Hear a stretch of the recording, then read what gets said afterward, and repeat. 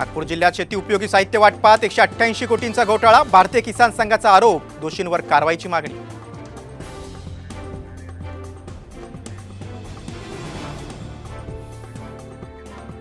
विधान भवन बाहेर ठाण्यातील महिलेनं ब्लेडनं कापून घेतली नस. घराच्या प्रश्नावरून मुख्यमंत्र्यांना भेटण्याचा हट्ट.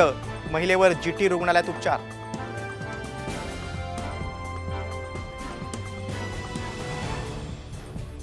दुग्धमंत्र्यांचा नवा प्रस्ताव. दूध उत्पादकांना अमान्य. शेतकरी नेते डॉक्टर अजित नवलेंची माहिती.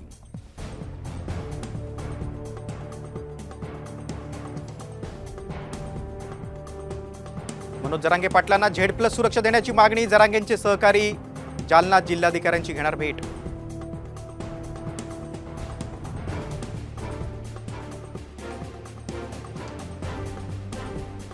लाडकी बहीण योजनेचा लाभ घेण्यासाठी ग्रामीण भागात तलाठी कार्यालय आणि ग्रामपंचायतीत गर्दी. तर बुलढाण्यात अर्ज भरून घेणाऱ्या तलाट्याकडून ग्रामस्थांसोबत अरेरावी.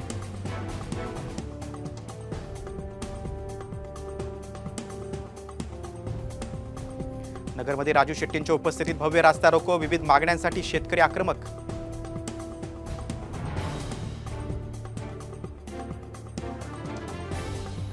नागपुरात भाजप युवा मोर्चाचं राहुल गांधींविरोधात आंदोलन. प्रतिकात्मक पुतळा जाळत जोरदार घोषणाबाजी.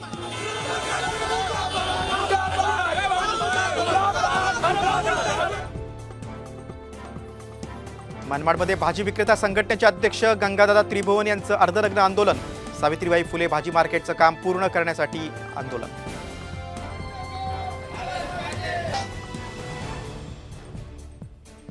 अहमदनगरमधल्या उक्कल गावात महिला आक्रमक. गावठी दारूची दुकानं फोडली. गावात कायमस्वरूपी दारूबंदी करण्याची मागणी.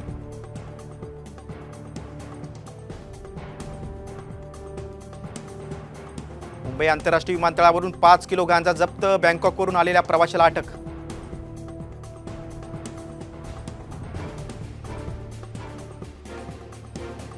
पुण्यात झिका विषाणूचा 7वा रुग्ण आढळला. महापालिकेचं नागरिकांना काळजी घेण्याचं आवाहन.